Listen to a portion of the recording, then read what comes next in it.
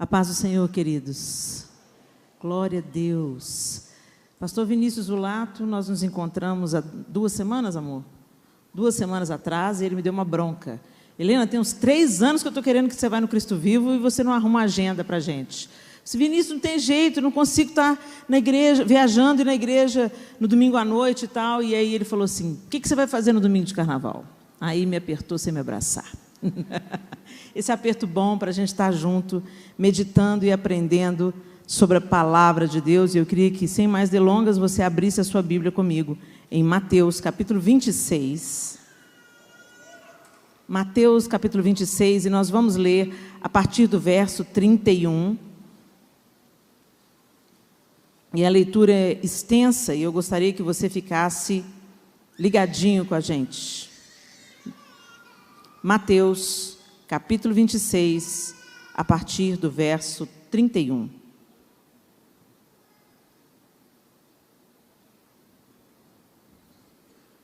Então Jesus lhes disse: todos vós essa noite vos escandalizareis em mim, porque está escrito: ferirei o pastor, e as ovelhas do rebanho se dispersarão.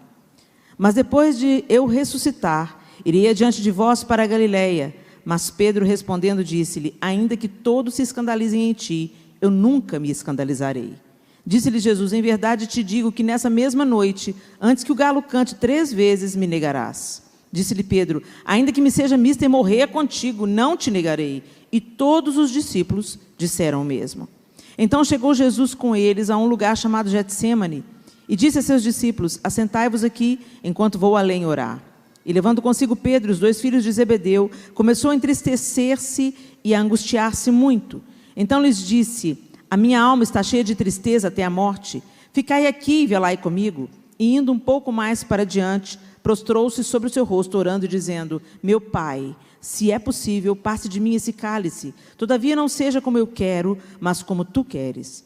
E voltando para os seus discípulos, achou-os adormecidos e disse a Pedro: então nem uma hora pudeste velar comigo. Vigiai e orai, para que não entreis em tentação. Na verdade, o espírito está pronto, mas a carne é fraca. E indo 2ª vez, orou, dizendo: Pai meu, se este cálice não pode passar de mim, sem eu beber, faça-se a tua vontade. E voltando, achou-os outra vez adormecidos, porque os seus olhos estavam pesados. E deixando-os de novo, foi orar pela 3ª vez, dizendo as mesmas palavras. Então chegou junto dos seus discípulos e disse-lhes: dormi agora e repousai. Eis que é chegada a hora e o Filho do Homem será entregue nas mãos dos pecadores. Levantai-vos, partamos, eis que é chegado o que me trai. E estando ele ainda a falar, eis que chegou Judas, um dos 12, e com ele grande multidão com espadas e varapaus, enviada pelos príncipes dos sacerdotes e pelos anciãos do povo. E o que traía tinha-lhes dado um sinal, dizendo: o que eu beijar é esse, prendei-o. E logo aproximando-se de Jesus, disse: eu te saúdo, Rabi, e beijou-o. Jesus, porém, lhe disse: amigo, a que vieste? Então, aproximando-se eles, lançaram mão de Jesus e o prenderam. E eis que um dos que estavam com Jesus, estendendo a mão, puxou da espada e, ferindo o servo do sumo sacerdote, cortou-lhe uma orelha. Então Jesus disse-lhe: embainha a tua espada, porque todos os que lançarem mão da espada, a espada morrerão. Ou pensas tu que eu não poderia agora orar a meu Pai, e que ele não me daria mais de 12 legiões de anjos? Como, pois, se cumpririam as escrituras que dizem que assim convém que aconteça? Então disse Jesus à multidão: saíste como para um salteador, com espadas e varapaus, para me prender? Todos os dias me assentava junto de vós, ensinando no templo, e não me prendeste. Mas tudo isso aconteceu para que se cumpram as escrituras dos profetas. Então todos os discípulos, deixando-o, fugiram. E os que prenderam a Jesus os conduziram à casa do sumo sacerdote Caifás, onde os escribas e os anciãos estavam reunidos. E Pedro o seguiu de longe até o pátio do sumo sacerdote, e então, entrando, assentou-se entre os criados para ver o fim. Agora vai comigo para o verso 69. Ora, Pedro estava sentado fora do pátio, e aproximando-se dele uma criada disse: tu também estavas com Jesus, o Galileu? Mas ele negou diante de todos, dizendo: não sei o que dizes. E saindo para o vestíbulo, outra criada o viu e disse aos que estavam ali: este também estava com Jesus, o Nazareno.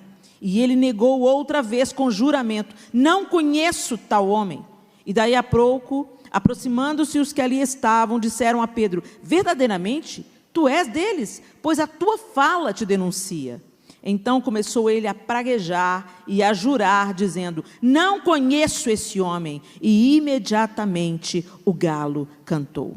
E lembrou-se Pedro das palavras de Jesus que lhe dissera: antes que o galo cante 3 vezes, me negarás. E saindo dali, chorou amargamente. O que é negar? Negar, segundo o dicionário, é afirmar que uma coisa não é verdadeira ou não existe.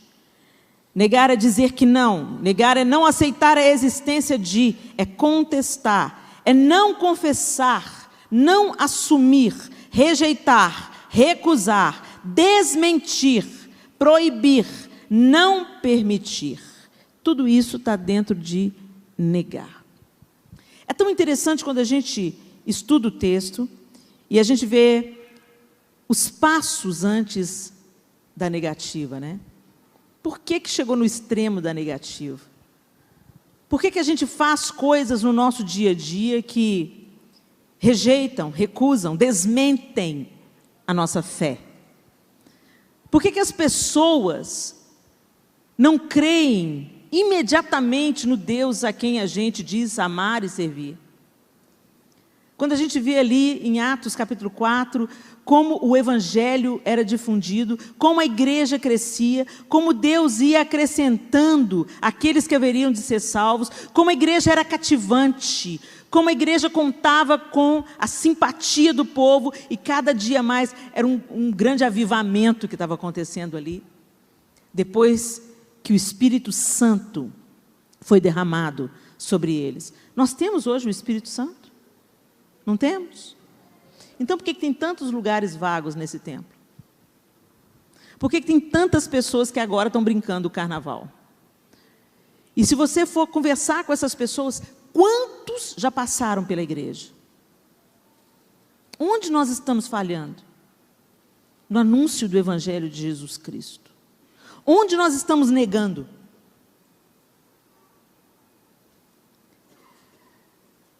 Primeira coisa, o primeiro passo para nós negarmos a Cristo: nós confiamos em nossos próprios sentimentos e emoções. Olha comigo o verso 33, 34 e 35. Mas Pedro respondendo disse-lhe: ainda que todos se escandalizem em ti, eu nunca me escandalizarei. Disse-lhe Jesus: em verdade te digo que nessa mesma noite, antes que o galo cante 3 vezes, me negarás. Disse-lhe Pedro: ainda que me seja mister morrer contigo, eu não te negarei. E todos os discípulos disseram o mesmo. Não foi uma exclusividade de Pedro. Pedro estava sendo honesto, gente? Vocês acham que Pedro estava sendo honesto? Pedro estava sendo honesto. Ele tinha realmente a intenção de morrer. Eu não sei se ele tinha intenção, mas ele tinha emoção. Como nós somos confiados nas nossas próprias emoções para seguir a Jesus. E nós não podemos, as emoções são legítimas. Deus nos muniu de emoções. Através dela nós sentimos a dor do outro, nós sentimos compaixão. Ela é uma eficaz ferramenta se ela é usada pelo Espírito Santo de Deus. Mas as emoções divorciadas do domínio do Espírito Santo se tornam uma arma mortal. E se tornam manipuladoras, porque aí a gente só obedece quando a gente tem vontade. A gente só segue a Jesus quando está fácil. Eu só gosto do culto se cantar aquela e aquela música. Se eu sentir um arrepio, Jesus está aqui. Só que, onde na palavra diz que você tem que sentir um arrepio e tem que se sentir bem no culto? Pessoal, o culto hoje foi uma bênção. Por quê? O louvor foi uma bênção, fluiu. Por que fluiu? Porque cantou as músicas que eu gosto. Mas o louvor não é para a gente, o louvor é para Deus. Mas nós nos comportamos como se o período de louvor fosse entretenimento. Deixa eu ver as luzes, o palco, o som. Deixa eu ver se a banda está afinada. Deixa eu ver se o pessoal dança, é animado. E aí nós vivemos para alimentar a nossa satisfação emocional. E nos tornamos ineficazes, porque nos tornamos manipulados pelas nossas emoções. Então, se você está bem, você serve a Jesus. Se você está mal, você não confia nele tanto assim. Se está tudo bem para o seu lado, se está tudo a vontade de Deus está coincidindo com a sua vontade, está tudo fluindo, você fala, estou abençoado. Quando a coisa começa a fechar, o cerco começa a fechar, a luta começa a chegar, você fala, o diabo se levantou. Nem sempre o diabo se levantou, não. Deus leva a gente para o vale. Gente, deixa eu contar para vocês uma coisa, o sofrimento é benéfico. O sofrimento nos modela. É quando você passa pela dificuldade que você passa a olhar para outra pessoa que passa pela mesma dificuldade com um coração compassivo. Senão nós nos tornamos egoístas, egocêntricos, idólatras das nossas próprias vontades, desejos e escravos. Tem uma música do Leonardo Gonçalves que é brilhante, que fala, sempre estive preso ao meu prazer ou à minha dor, mas hoje eu experimento liberdade no Senhor. É mais ou menos isso. A música chama Livre Sou. E eu fiquei pensando nisso. Às vezes a gente pensa que a nossa prisão é na dor, é no vale da sombra da morte, é na doença. Mas eu conheço muita gente que está passando pelo vale da sombra da morte, na dor, na doença, e lá eles estão vendo mais do que nunca a face de um Deus compassivo e fiel. Ele não falou que seria fácil, ele não falou que a gente ia viver deitado eternamente em berço esplêndido. Ele disse, no mundo tereis aflições, mas tem de bom ânimo, eu venci o mundo.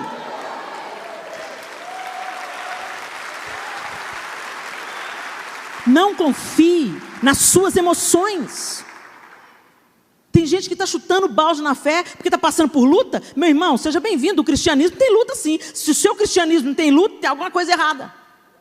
Esse triunfalismo barato, que a gente tem só que prosperar, que a gente é cabeça e não é cauda. Onde que está a história de quem quiser vir após mim, negue-se a si mesmo, tome a sua cruz e siga-me. Essa parte a gente não gosta. A gente rabisca na Bíblia. Mas é essa parte aí que vai ser testada. E se você servir Jesus no alto da montanha, é fácil. Agora, se você servir Jesus no vale, você nunca mais vai se apartar dele. Mas hoje eu penso, a luta foi muito grande, eu larguei Jesus. O pastor caiu, eu caí atrás. Toma vergonha. Toma vergonha. A igreja não existe para a gente satisfazer os nossos desejos. A igreja existe como um ajuntamento de pessoas que se juntam para se fortalecer mutuamente, servir umas às outras e transbordar para fora. Servir o outro, amar o diferente da gente, amar aquele que é difícil de amar. Porque é exatamente assim que nós estávamos quando Jesus nos amou, quando nós éramos difíceis de amar. E a gente continua sendo difícil de amar, mas a gente acha que é a última Coca-Cola do deserto. Fala mesmo, Jesus. Começa comigo. Fala comigo que o meu ouvido está mais perto da minha boca, gente. O próximo passo. Tomamos atitudes baseados em nossos sentimentos, opiniões e razões. Olha aí no verso 51. Vai comigo no texto para o verso 51. E eis que um dos que estavam com Jesus, estendendo a mão, puxou da espada e, ferindo o servo do sumo sacerdote, cortou-lhe uma orelha. Primeiro, o texto aqui não fala, mas no Evangelho de João, esse mesmo texto está apontando o nome de quem é que puxou a espada. Foi o mesmo Pedro. O mesmo Pedro emocional, o mesmo Pedro disposto a morrer, o mesmo Pedro que falou, se necessário, eu vou morrer no seu lugar. O mesmo Pedro, daí a pouco dorme. Jesus fala, vamos orar comigo. A fé emocional, ela é assim. Não persiste. É igual um tobogã emocional. O dia que Deus te prospera, você adora a Deus. O dia que você está no vale, tem que ir lá alguém te buscar. E você ainda fica assim, eu estive no vale, o pastor nem foi me visitar. Ô, dodói.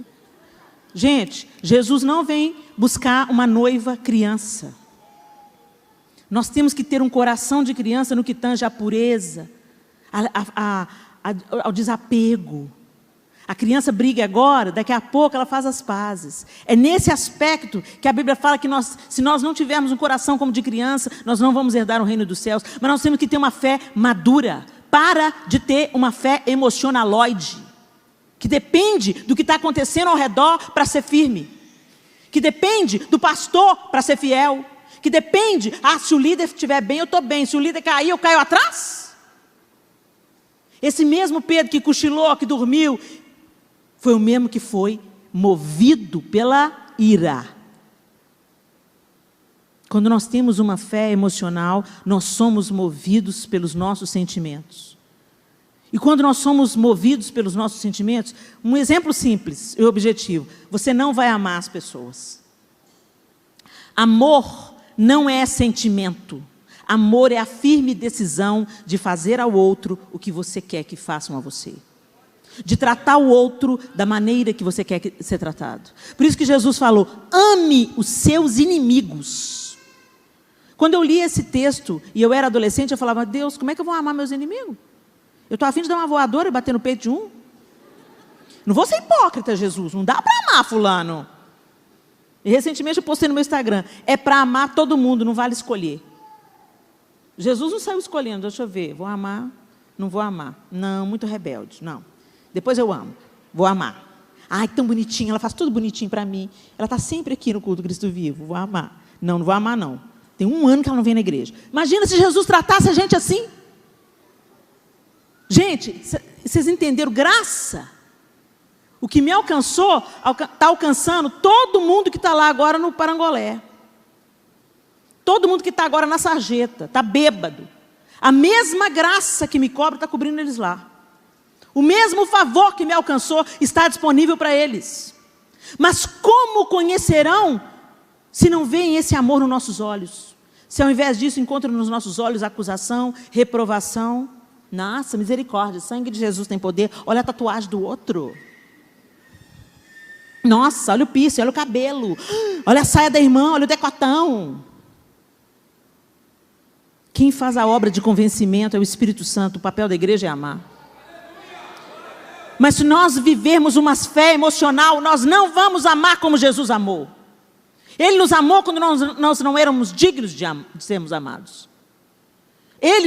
Nós hoje o amamos porque Ele nos amou primeiro. Quantos podem amar o Senhor se você simplesmente amar? Amar, gente, não é ter afinidade. Volto a dizer, amar é tratar com consideração, respeito, que você gosta de ser tratado. É olhar nos olhos, é saber ouvir. É saber dar o ombro quando o outro precisa. É saber dar um abraço quando o outro está necessitado.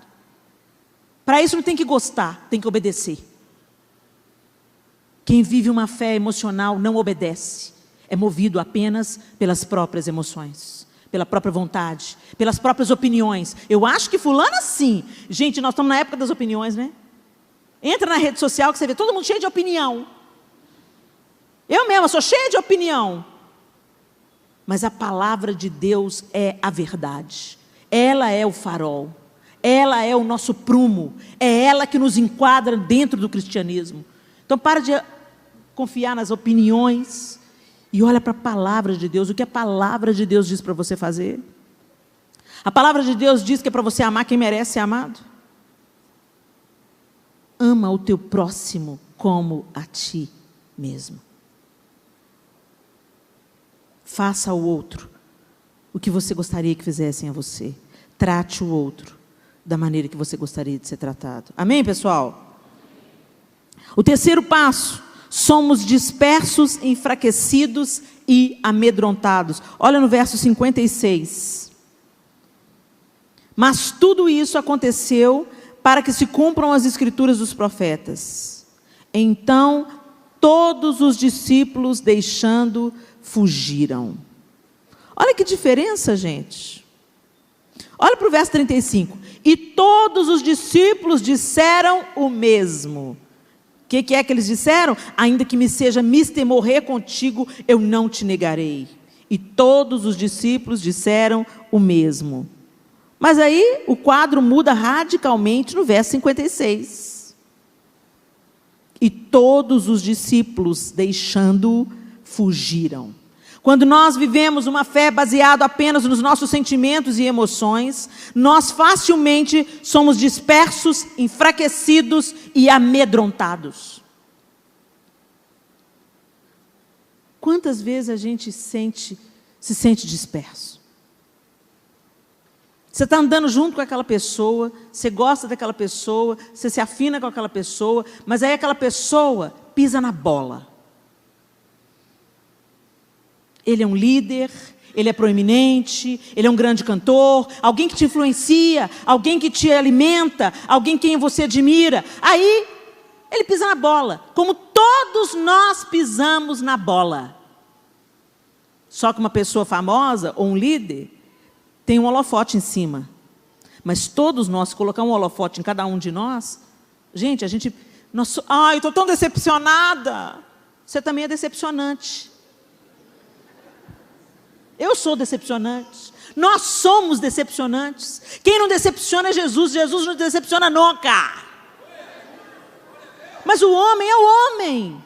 Nós somos inclinados, a gente fala uma bobagem, a gente tem um raciocínio infeliz, a gente está sendo mal mentoreado, a gente está no dia que a gente deu vazão para a carne. Quem nunca? A gente pisa na bola, a gente fala besteira. E aí todo mundo aparta. Vou quebrar o CD. Vou rasgar o pôster. Não devia nem ter pôster, né? Idolatria. Gente, tem um negócio que é tão santificado. Olha as aspas gigantes no santificado. Santificado na igreja é o tal do pop gospel. Não é idolatria, Helena. Eu quero tirar uma foto com você. Não é idolatria, é admiração. Por que você tem admiração? Porque Deus usa tanto a sua vida para falar comigo. Deus usa tanto a sua vida para me abençoar. Deus usa a vida do câmera para te abençoar. Deus usa a vida do faxineiro para te abençoar. Mas você não quer tirar foto com eles por quê? Entendeu? É idolatria. É idolatria. É colocar homem num lugar que cabe só a Deus. Porque todo mundo faz um tanto de coisa errada. Não é porque todo mundo faz que está certo. O nosso prumo é a palavra de Deus. Tem hora que eu desconfio por que Jesus veio naqueles anos, antes da invenção do telefone celular e do selfie. Ô praga!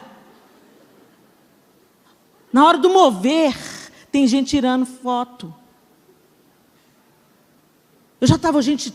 Às vezes eu estava adorando num lugar, adorando ali, quase entrando na sala do trono. Ô Helena, tira uma foto comigo.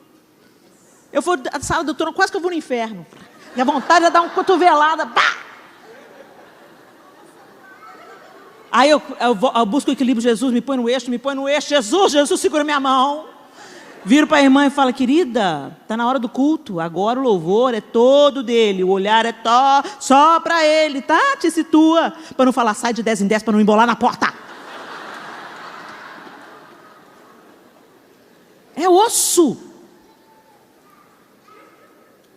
E a gente entra nessas, porque todo mundo está fazendo. Aí o ministro fala, não quero tirar foto com você não. Nossa, que grosseria. Nossa, que estrela! O amor virou ódio. Por quê? Porque a pessoa não satisfez a sua vontade. Afetos doentes. Quando a gente tem uma fé emocional é assim. Aí o erro do outro, o pecado do outro, o equívoco do outro, a pisada na bola do outro. Estou decepcionado com a igreja. A igreja só tem hipócrita. Eu prefiro ir para o céu, não é que tem gente que fala, eu prefiro ir para o inferno com os meus amigos do que ir para o céu com os hipócritas. Só que essa pessoa esquece que no inferno não tem amigo e no céu não entra hipócrita. A pessoa fica com aquela fé emocional, então qualquer coisinha te fere, qualquer coisinha se magoa, qualquer coisinha você solta a ira, desfere a espada e quer matar o outro. Vocês lembram quando teve a parada gay em São Paulo e a moça se autocrucificou? Ela estava zombando do evangelho. Mas o que eu vou esperar de uma moça que não teve o encontro genuíno que eu tive com Jesus?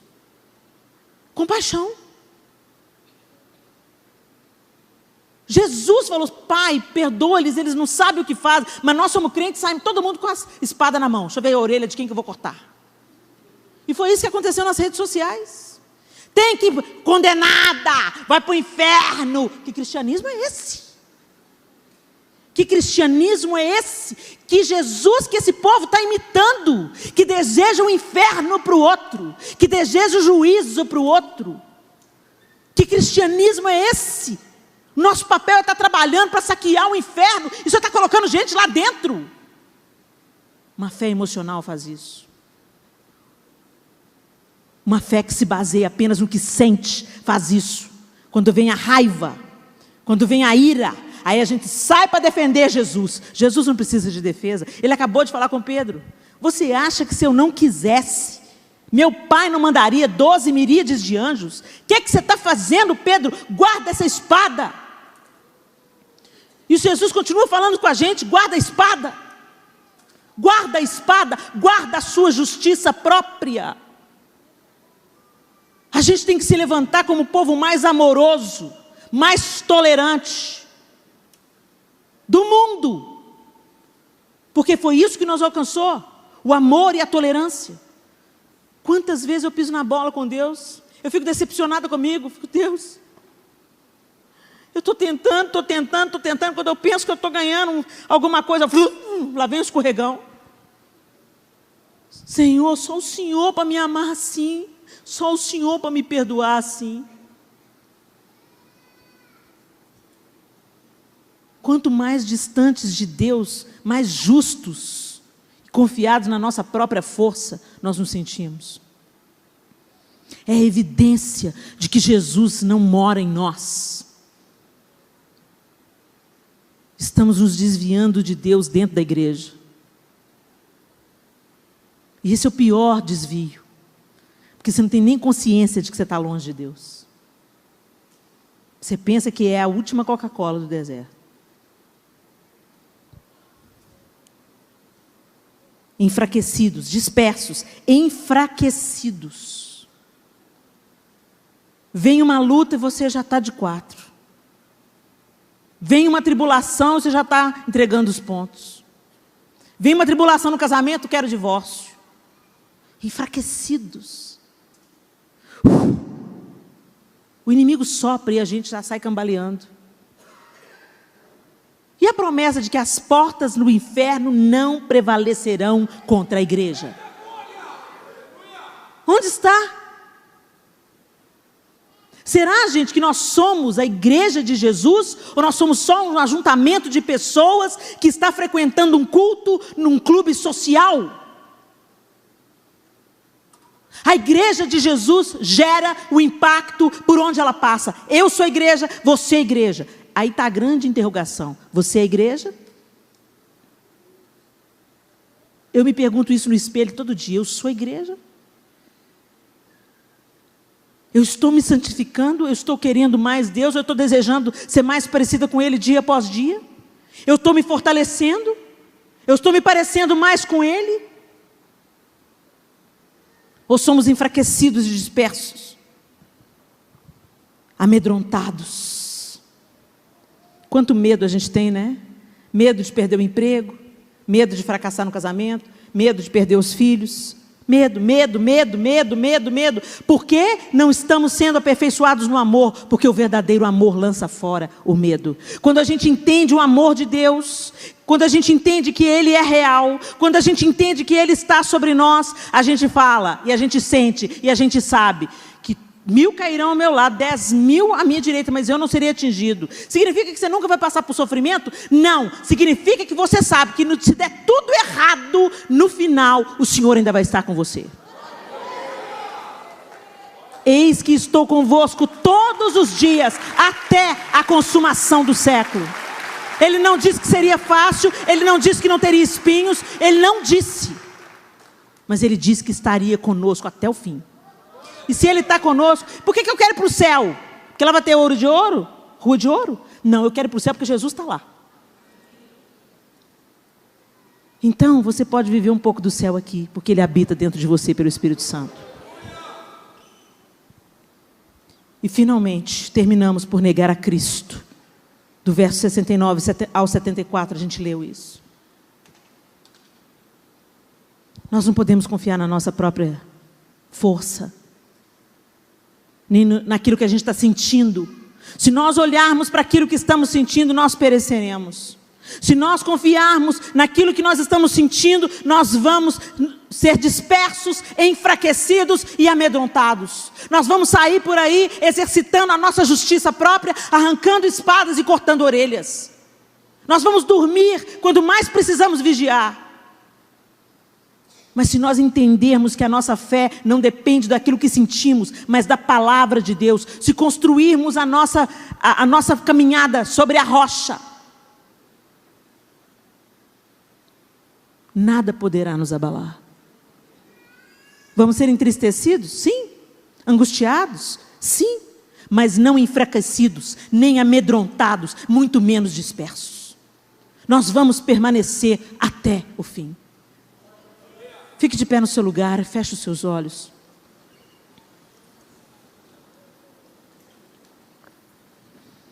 Eu não sei que tipo de fé você está vivendo.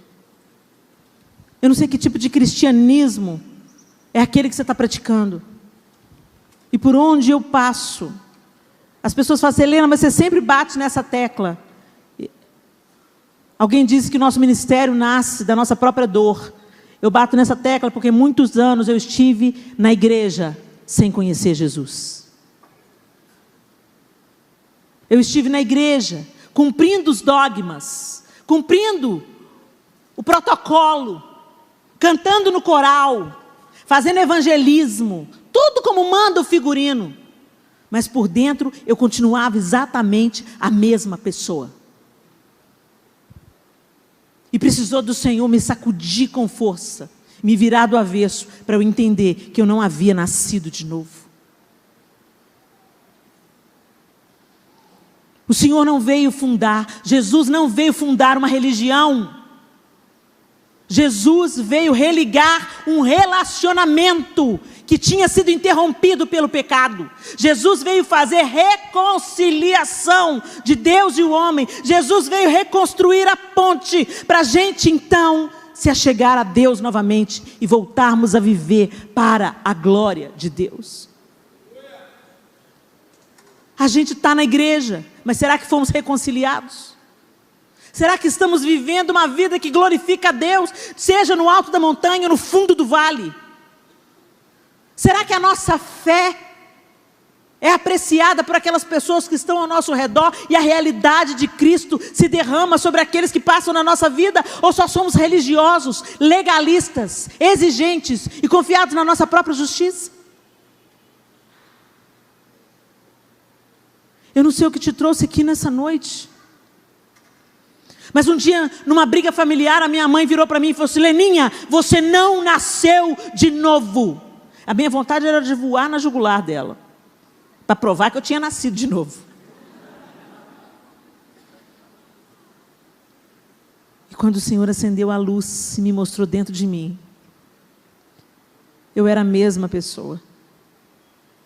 Eu mesma tinha mudado o verniz, mudado a aparência, mudado a pintura. Eu servia a Deus querendo reconhecimento, querendo ser apreciada, querendo ser reconhecida e aplaudida. Tudo torto, tudo doente. E doeu muito para Ele derrubar tudo que estava estabelecido dentro de mim. Me libertar, me restaurar e me reconciliar. Eu olho para a cruz, e para a cruz eu vou, do seu sofrer participar. Está vendo a música? Do seu sofrer participar. Esse é o chamado. Quem quiser vir após mim, negue-se a si mesmo, tome a sua cruz, vem sofrer comigo. E à medida que você sofre comigo, você será aperfeiçoado no meu amor. Hoje nós vamos celebrar a ceia do Senhor. E em memória dele nós vamos lembrar esse sofrimento. E nós já podemos distribuir o cálice e o pão. Enquanto nós distribuímos o cálice e o pão, eu quero que você pense na letra dessa música. Eu olho para a cruz, e para a cruz eu vou, do seu sofrer participar, a sua obra vou cantar, meu Salvador na cruz mostrou o amor do Pai, o justo Deus. Você pode cantar? Pela cruz me chamou, gentilmente me atraiu e eu, sem palavras, me aproximo, quebrantado por seu amor. Pela cruz me chamou, gentilmente me atraiu e eu, sem palavras, me aproximo, quebrantado por seu amor. Podemos distribuir o pão e o vinho. Oh, Jesus, obrigado pela tua cruz, Senhor. E merecida vida, Deus. E merecida vida. E merecida vida. De graça recebi. Por sua cruz, da morte me livrou, trouxe minha vida. Eu estava condenado, mas agora pela cruz eu fui reconciliado. Pela cruz me chamou, gentilmente me atraiu e eu, sem palavras, me aproximo, quebrantado por seu amor. Antes de nós tomarmos o pão e o cálice, eu quero fazer um convite ao altar. Talvez você veio aqui hoje porque um amigo te convidou. A vida está de cabeça para baixo. Tantos problemas, tantas angústias. E você está pensando, puxa, eu entrei nessa igreja para receber uma palavra de refrigério, que Deus ia me curar, que Deus ia me prosperar, que Deus ia consertar minha vida. E ela fala que o sofrimento faz parte. Esse é o Evangelho de Jesus. Entrega. Quem achar a sua vida, perdê-la-á. Mas quem perder por amor de mim, a encontrará. O que ele está dizendo? Desiste da sua vida. Entrega para mim, confia em mim. Eu posso te levar para um novo e vivo caminho. Eu quero te levar de volta para o seu estado original, antes da queda, antes do pecado, antes da corrupção. Eu quero te levar de volta para Deus. E religado em Deus, você vai poder usufruir de quem Ele é, desfrutar da sua cura, do seu amor e viver uma vida que glorifica o nome dEle. Uma vida que não depende das circunstâncias. Uma vida que não depende das manivelas para gerar felicidade. Uma vida que confia, que conhece. Tem alguém aqui que quer ter essa vida? Você nunca fez uma oração de entrega da sua vida para Jesus. E você gostaria de nessa noite dizer: Senhor, eu quero ser reconciliado com Deus, Pai. Eu quero que esse sacrifício que foi feito um dia na cruz do Calvário me alcance, me liberte, me transforme e me ajuste. Eu quero viver de novo para a glória de Deus. Se tem alguém aqui, eu queria que você levantasse uma de suas mãos.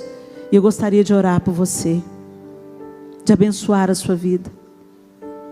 Nós temos alguém?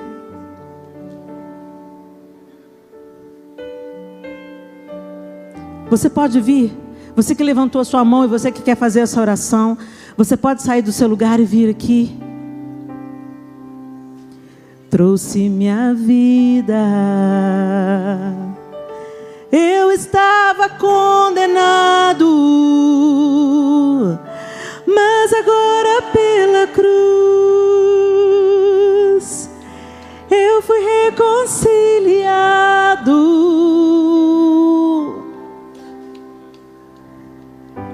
Pela cruz me chamou, gentilmente me atraiu e eu, sem palavras, me aproximo, quebrantado por seu amor.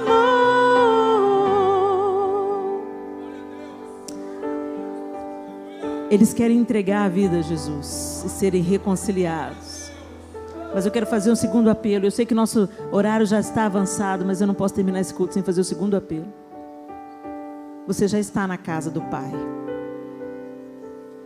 Um dia você fez essa oração como eles dois estão fazendo. Mas você mesmo fez uma reforma externa. Jesus veio para religar um relacionamento. Mas você não se relaciona com Deus. Você lembra da história do filho pródigo? Esses são os filhos pródigos que saíram e estão voltando para o pai. Mas tem o filho mais velho, o que ficou em casa, tão certinho, tão legal, trabalhando para o pai, sem nenhuma intimidade com o pai. Se relacionando com o pai através de terceiros. Quando ele chega em casa e vê a festa acontecendo, ele chama o empregado e pergunta: o que está acontecendo? Isso mostra um filho sem intimidade. Se eu chego na minha casa e está tendo uma festa, eu mesma entro porta dentro e pergunto: o que está acontecendo? Mas aquele filho mais velho não, ele chamou o empregado. E quantos de nós aqui nos relacionamos com os empregados? Você só faz devocional se tiver um CD tocando. Você quer ouvir a palavra do pastor, do bispo, do apóstolo? Você quer ter uma palavra profética, mas não abre a Bíblia. Essa era eu. Quando Jesus acendeu a luz e mostrou: Helena, eu estou te atraindo, Helena, mas você está confiada na religião e você precisa do relacionamento. À medida que você andar comigo, eu vou te transformar. Não é o seu esforço, não é o que você consegue produzir, não é a sua justiça, é a minha justiça que te limpa. Às vezes você está como a Helena há uns anos atrás. Eu já tinha mais de 10 anos de igreja. Eu cantava no coral, fazia teatro, dava fruto. Mas eu continuava invejosa, continuava carente, continuava fazendo a obra de Deus para ser aprovada pelo homem. Continuava precisando desesperadamente da aceitação das pessoas. Continuava ressentida, mentirosa. E às vezes você está aí, meu irmão, minha irmã, lutando com as suas falhas reincidentes. Você luta, mas cai no mesmo buraco toda vez. Sua justiça própria está aguçada. E você tem sempre um erro de alguém para apontar. Às vezes você está ferido, decepcionado, porque pisaram na bola com você. Deixa eu te falar, você precisa da cura do Senhor. Se nós temos alguém aqui como a Helena, queria que você também saísse do seu lugar, meu irmão, aquele que já é meu irmão, que já é minha irmã, mas que está vivendo como filho mais velho. Não lê a Bíblia, quase não ora, vem no culto às vezes a reboque, antes que seja tarde. É tempo de recomeçar e de dizer: Senhor, eu me rendo. Eu não quero ser só o filho mais velho. Eu quero intimidade. Eu quero ir mais fundo. Leva-me para mais perto. Traga-me para mais perto. Leva-me mais profundo. Eu quero conhecer o seu coração. Não é isso que a canção diz? Eu quero conhecer o seu coração. Eu não estou satisfeito em só frequentar a sua casa. Eu quero intimidade contigo. Eu quero discernir a sua voz. Eu quero a sua vida me movendo. Eu quero o seu governo sobre mim. Eu quero a minha vida sendo modificada pela sua mão. Pela cruz me chamou, gentilmente me atraiu e eu, sem palavras, me aproximo, quebrantado por seu amor. Senhor, nós estamos no teu altar, Deus, como filhos mais novos e filhos mais velhos. Senhor, em nome de Jesus, nós oramos por aqueles que hoje se rendem ao Senhor. Pela primeira vez, publicamente, eles declaram que querem ser transformados, querem ser reconciliados com o Senhor. O Senhor os conhece pelo nome, nós como igreja oramos agora por essas vidas e te pedimos que todo o poder das trevas seja desligado agora na vida deles. Que eles sejam reconciliados através da cruz de Jesus Cristo. E que eles não se contentem com a religião, mas que eles busquem o relacionamento. Que eles busquem te conhecer íntima e profundamente. Nós como igreja abençoamos em nome de Jesus. Eu queria que vocês dois orassem comigo, repetindo uma oração. Amém? Senhor Deus, diante do Senhor, eu declaro com os meus lábios, publicamente, que eu creio que Jesus Cristo é o seu Filho, que veio para me reconciliar com o Senhor, me fazendo filho, filha. Deus, em nome de Jesus, que a tua mão me resgate agora da minha antiga vida, reconstrua o que precisa ser reconstruído e limpa, Senhor, tudo que o Senhor não edificou, tudo que o Senhor não construiu, tudo que o Senhor não planejou, que seja lavado agora no sangue de Jesus. Eu quero a nova vida que o Senhor tem para mim, em nome de Jesus.